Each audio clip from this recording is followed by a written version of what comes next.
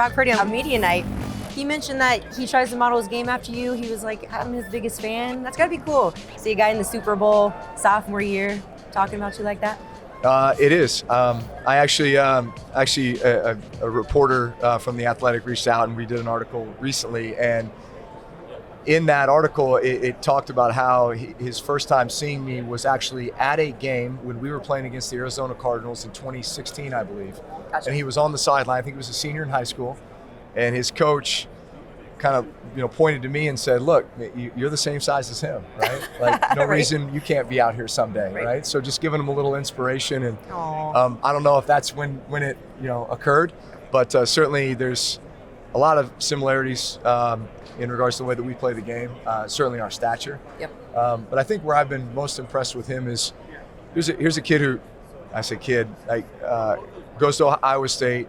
Always an underdog, right? Every time they step on the field, you're probably Right. outmatched, and yet you're finding a way. You have to instill hope and confidence in your team. He's been able to do that. Plays with such great poise.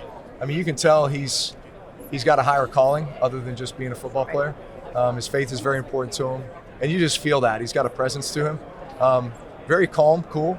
I think in a lot of tense situations, I think it's just because he's been in a lot of competitive situations in his life. He started 47 games in college. That makes a big difference. Stepped into a really good situation in San Francisco where it's a great offense, it's a great defense, it's a great coach, very offensive minded, but man, they put a lot on the quarterback, right? Like, he's responsible for so much, and his game is timing and rhythm.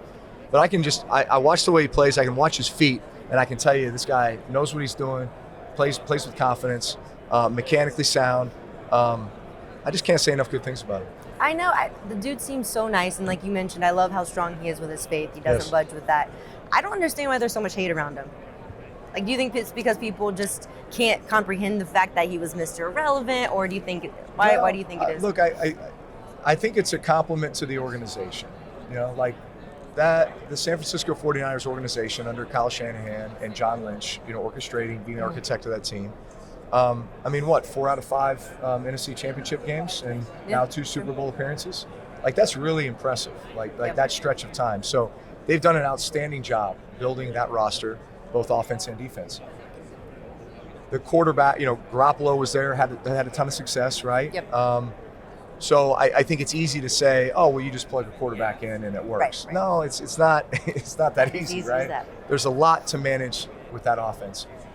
I think what people hopefully recognize from that NFC Championship game was, did you see the number of plays that Brock Purdy made with his legs, right? Mm-hmm. Like, he kind of went outside the box with what you Right. would have thought he would have done to win that game. Yeah. He had 3 outstanding runs to convert third downs, like defining moments in that game, like for the team, for the stadium, like it set everybody off. But like, that was, I know, and look, I love the Lions story, and I love the, I do too. I love Dan Campbell, I love, but I'm just pointing to his ability to do whatever it took to win that game. Yep. And step up and do it. And it was outside the box of what you thought was going to happen, and yet I think it just shows a lot about the type of player he is.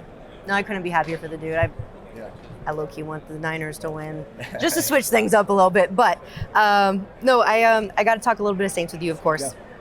Yeah. So Greg Lewis is obviously a guy that a lot of people have linked to the Saints as possibly being the OC. 6 seasons under Andy Reid, a season with the Ravens, who unfortunately just missed the Super Bowl. But it's hard to think that the guy wouldn't return. How do you feel about that fit, him being there? Well, he was on our coaching staff for a bit in New Orleans as well. So I love seeing guys that, first off, he was an outstanding player, and he was a guy that everybody loved being around. Then he goes to a place like Kansas City where he has a chance to coach in a very high-powered system, right? And see the best of the best, both from the coaching side and how you can build a team around certain players. I think a guy like him would be an outstanding fit. But I think the Saints are in a really interesting position right now because I do think they are very talented on offense, and I think they have the ability to do some really unique things. And I think offensively right now, as I look around the league, man, there is so much creativity. Like, it is really an exciting time to be playing offensive football in this league. And it's these brilliant offensive minds, but it's also the quarterbacks to execute them, and then it's the skill players that you have a chance to really highlight in it. Yeah. I know.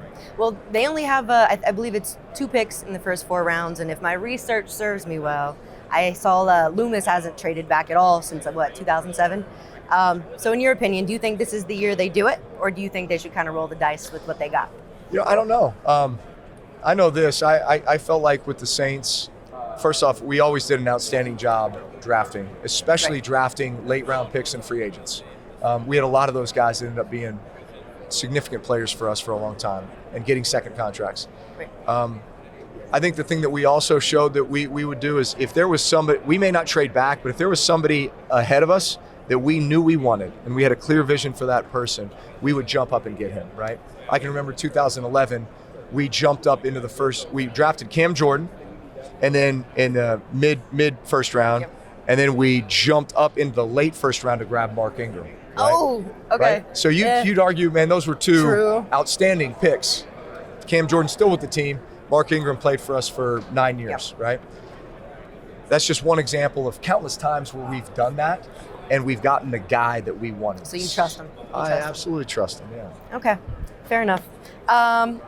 Sean Payton, you were with him for so long. How would you assess his first year coaching in Denver?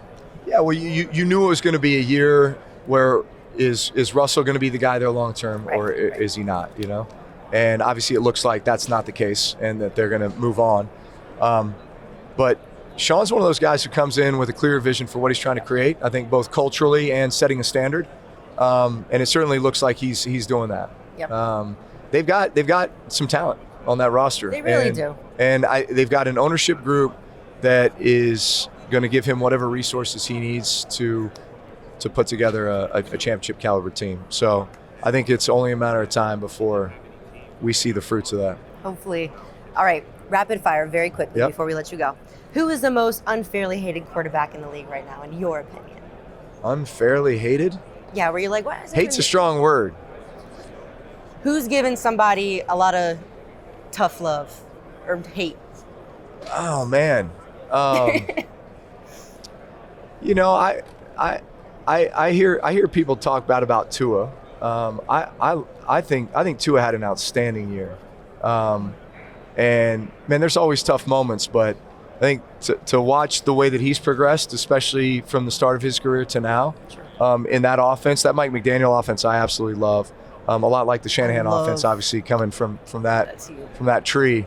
But I think they're poised to be a really good team for a long time here. All right. So these people I'm mentioning are guys that kind of have like a questionable future. So I want to know, where are they going? Okay. Kirk Cousins. Oh, it's a good question.